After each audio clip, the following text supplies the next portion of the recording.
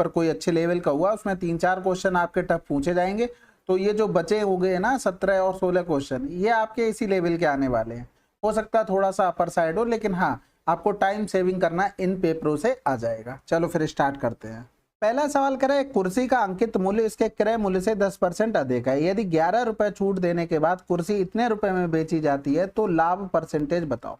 भाई 11 रुपए का डिस्काउंट है और बटे में सेलिंग प्राइस अगर देखेंगे तो 132 है, तो ये हो गया 11 कम 11, 11 कम 11, 11 दूनी 22।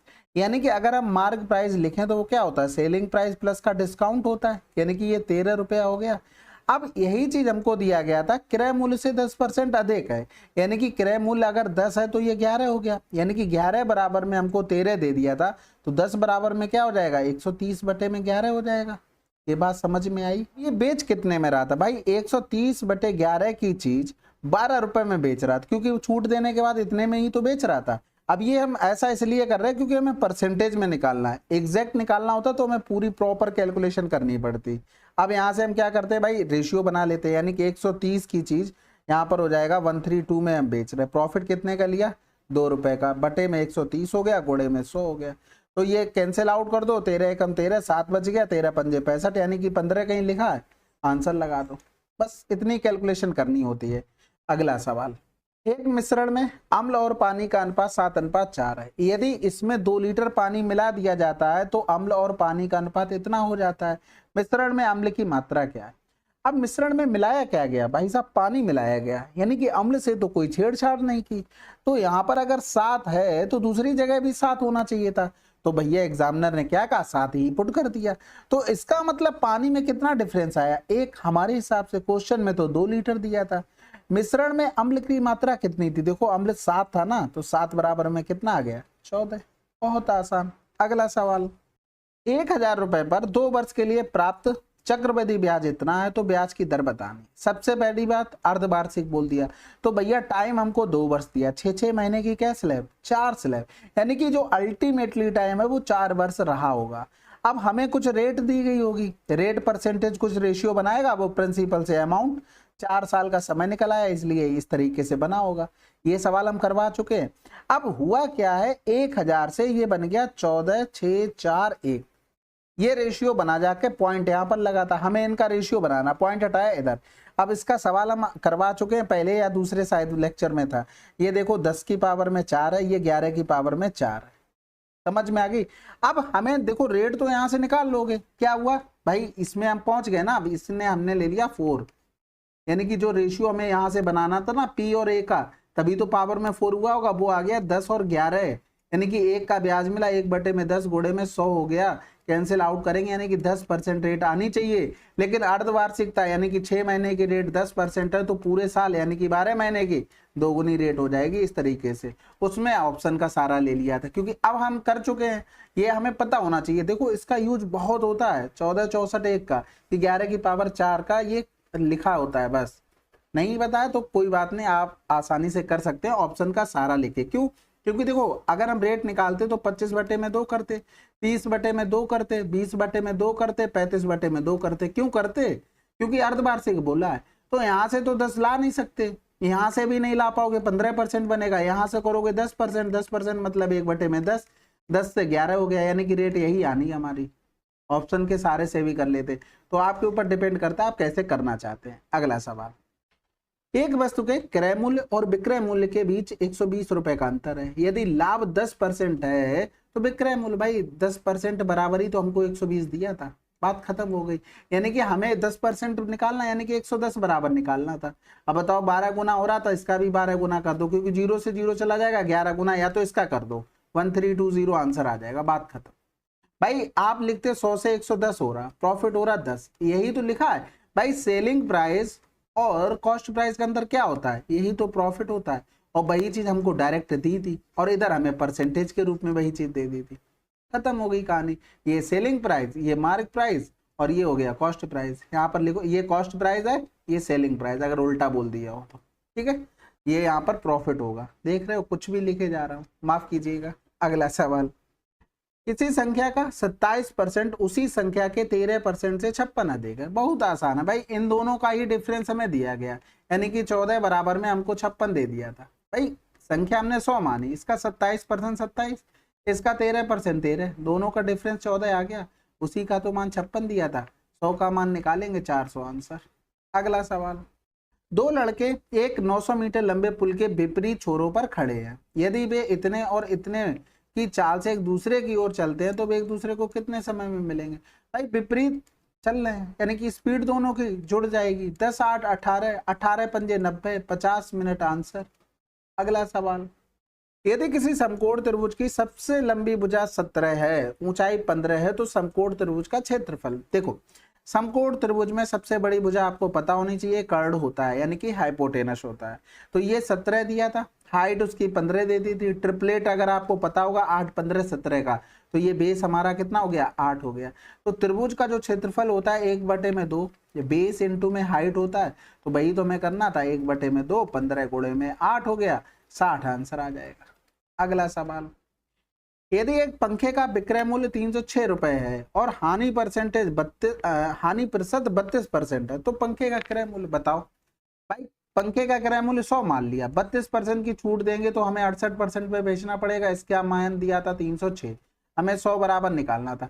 8 में किसका गुणा करें कि 6 मिल जाए, तो 8 2 64, ये तो नहीं हो सकता, यहाँ पर 5 है तो हमें गुणा करना पड़ेगा, इधर 8 चौक 32, ये भी नहीं दे सकता, इन्हीं दोनों में से कुछ ऑप्शन रहा होगा। अब एक भी ऑप्शन 5 नहीं होता तो 40 नहीं मिलता तो फिर कर लेते, लेकिन आप ये कर सकते 6 चौक 24 हो रहा था ना, 6 चौक 24, जैसे 68 गुणे में 45 लिखा तो 6 चौक 24 हो रहा है, तो यही हमें 30 तक पहुंचा सकता था, ये 18 वाला तो बहुत पीछे रह गया। बाकी तो कैलकुलेशन थी, आसानी से कर भी लेते आप लोग, ठीक है। तो यहाँ पर हो गया 17 चौकू 68 हो गया, 17 एकम 17 हो गया, 17 8 136, इधर कर देंगे 4 चौकू 16, 4 पंजे 20, 450।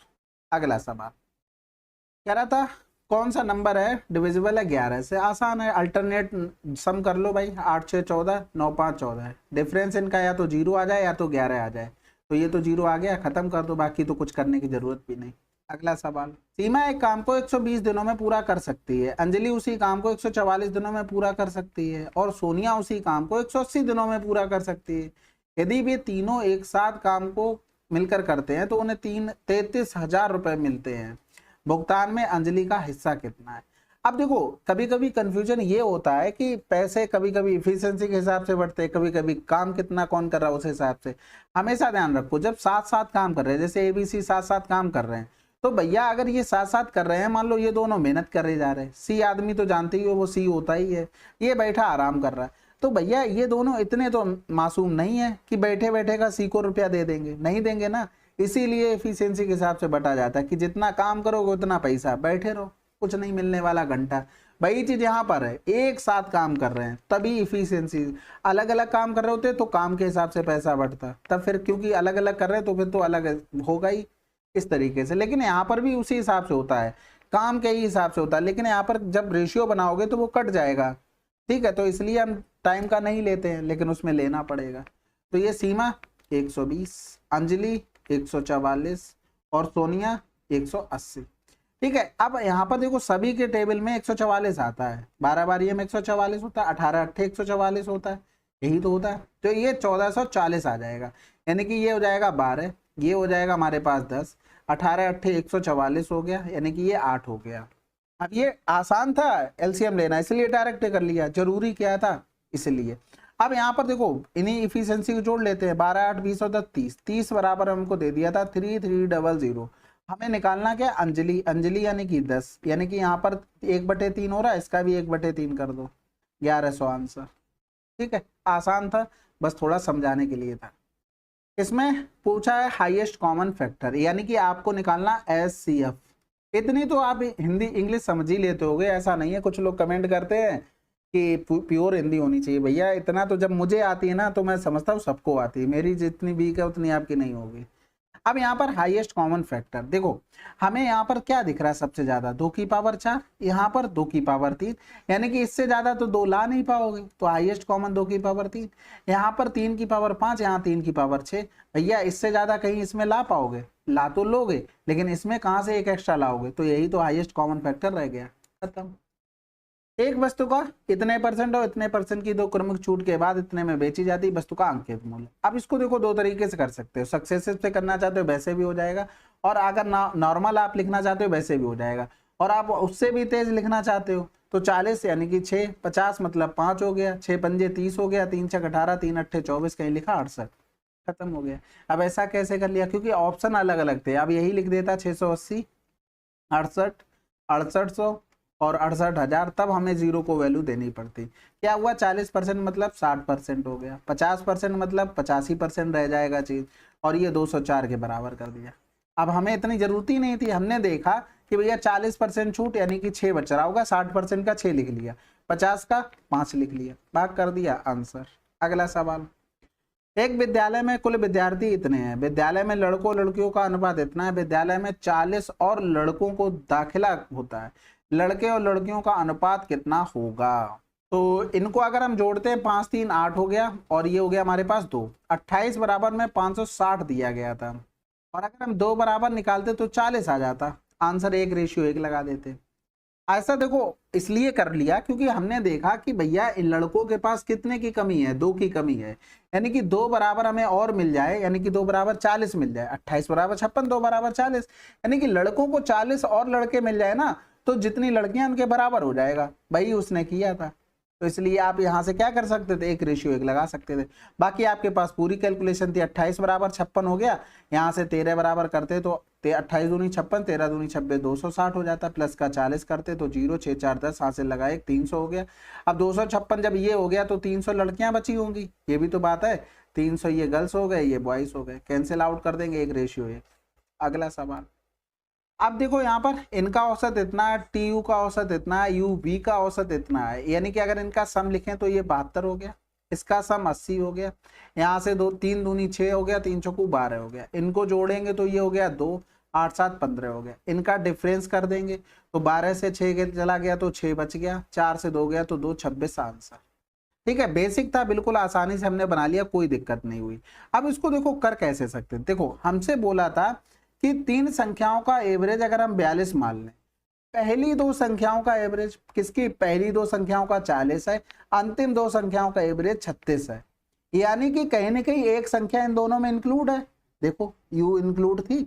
अब यहां पर हमें एक एवरेज देखना था कि यानी कि उस संख्या के बाद अगर इनको इग्नोर कर दें, 42 तो रहा होगा, तभी तीनों का एवरेज रहता 42, अगर नहीं 42 होता तो एवरेज कैसे बना लेते, नहीं होते। लेकिन ये भाई साहब 2 कम लेके आए, 2 कम लेके आए एक लोगों में, तो 2 लोगों में कितना हो जाएगा, 4 कम हो जाएगा, यानी कि माइनस का 4 आया, तो जैसा आता है वैसा ही लिख दो। ठीक है, ये भाई साहब 6 कम ले आए और 2 लोगों में कितना कम हो गया, 12 कम हो गया माइनस का, इसमें से 12 और माइनस कर दो, यानी कि 42 माइनस का 12 4 16 हो गया, 12 से 6 गया 6, 3 से गया 2, यानी कि 26 आंसर। ये देखो माइनस आया तो माइनस लिखा केवल इसलिए नंबर इंक्लूड थे, अगर इंक्लूड नहीं होते तो माइनस वाला प्लस हो जाता है, प्लस वाला माइनस हो जाता है, ये चीज ध्यान रखना। ये डिवीजन मेथड था, बाकी तो कैलकुलेशन आसान थी। अगला सवाल, अब ये तो आसान है भाई, होल स्क्वायर करना है, यानी कि पी स्क्वायर प्लस का क्यू स्क्वायर और माइनस में 2pq बराबर में 81, ये लिखना नहीं था फार्मूला पूरा, ये समझ लेना आप।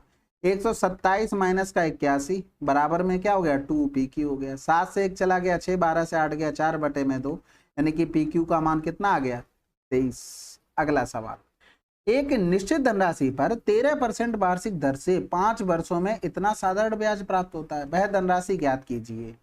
तो भैया अगर धनराशि हमारे पास 100 है और हमें रेट दे दी जाए 13%, और हमें अगर बोल दिया जाए कि टाइम है 5 वर्ष, तो ब्याज कितना होगा, 65।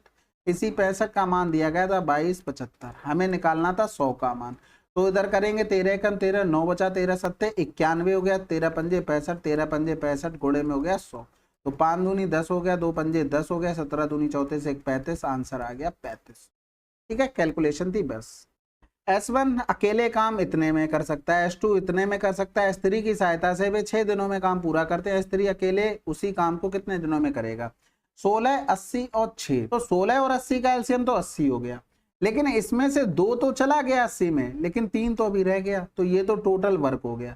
अब हमें भैया इफिशियंसी निकालनी है, तो एक चीज यहां से देखो, अगर हम इससे निकालेंगे तो 3 दूनी 6 40, माइनस का 16 पंजे 80 हो गया, 5 15 हो जाएगा, माइनस का यहाँ से 80 यानी कि 3, 15 3 18, तो यहीं से देख लेना था, 18 घटाएंगे तो 22 आ जाएगा, 22 का मतलब हो गया, पूरा ही लिख देते हैं 80 गुणे में 3, यानी कि 4 3 12, 120 बटे में 11।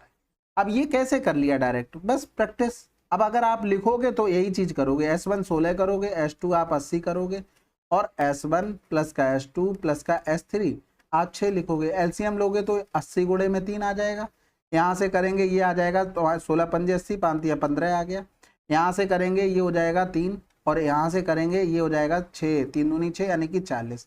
अब भैया इन दोनों का कितना है, 15 3 18 है इन दोनों का, और ये 40 था, यानी कि S3 बराबर क्या लिखते हैं, 40 माइनस का 18।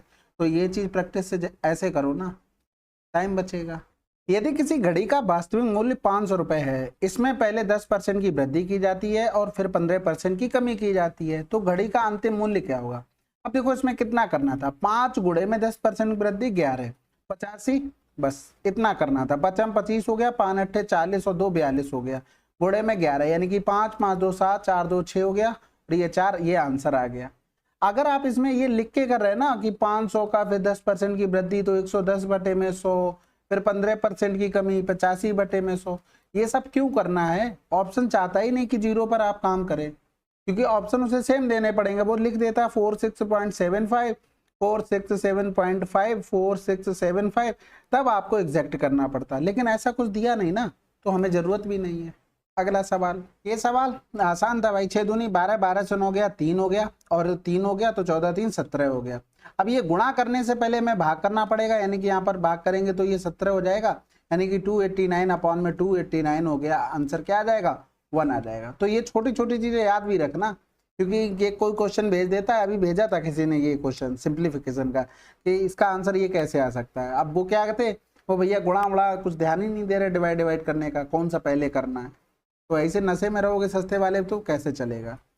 एक विद्यार्थी के 6 विषयों में प्राप्त औसत अंक इतने हैं, यदि उस विद्यार्थी को एक विषय में 80 अंक प्राप्त होते हैं तो शेष विषयों में प्राप्त कुल अंक बताने हैं। अब यहाँ पर गुणा करना है, यानी कि 6 पंजे 30 हो गया, 6 सत्ते 42 और 3 45 हो गया, 80 माइनस कर दो, यानी कि 15 से 8 गया 7, 370 आंसर। अगला सवाल, चलिए अब अगला क्या, 21 की शिफ्ट 3 के 20 क्वेश्चन हम लोगों ने कर लिए। ठीक है,